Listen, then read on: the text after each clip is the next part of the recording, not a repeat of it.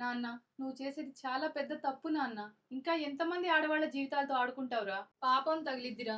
ఒకళ్ళు మోసం చేశారని ఇంకొకళ్ళని ప్రేమించడం కరెక్ట్ కాదురా. ఇలా ఎంతమందిని మారుస్తావురా? ఏం చేస్తా చెప్పమ్మా. నాకు కరెక్ట్ అయిన ఆడది, నా ఆలోచనలకు తగ్గ ఆడది దొరకట్లేదు. నీ ఆలోచనలకి తగ్గ ఆడది దొరకాలంటే నువ్వు చచ్చినా దొరకదు.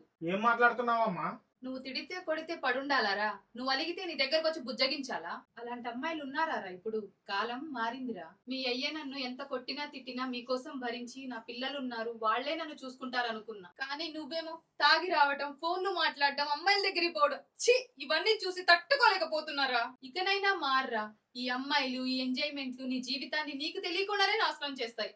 ఏదో ఒక అమ్మాయిని పెళ్లి చేసుకుని బుద్ధిగా ఉండు. నాకు ఒక ముద్ద పడే, నీ జీవితం హ్యాపీగా ఉంటుంది. నన్ను క్షమించమ్మా. ఈ మందు మానేద్దాం అనుకున్నా మానేయలేకపోతున్నా. అమ్మాయిల పిచ్చి ఉంది నిజమే, కానీ తప్పు చేయొద్దు అనుకుంటా. రోడ్డు మీద ఏ ఆడది కనపడ్డా చూడకుండా ఉండలేకపోతున్నా. ఏం చేస్తా?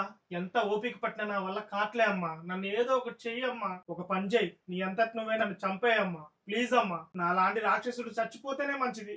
ఏ కొడుకైనా కన్న తల్లి ఒడిలో పడుకోవాలనిపిస్తుందమ్మా. కానీ నేను చేసిన పాపాలకి కన్న తల్లి చేతిలో చాబుద్ది అవుతుంది. రేయ్, ఏం మాట్లాడుతున్నావురా? నువ్వు చంపుతావా? నన్ను కాలలో దూకి చచ్చిపోమ్మంటావా? రేయ్, వద్దురా నాన్న. చేసిన పాపాలకి ఎవ్వడైనా బలి కాక తప్పదు.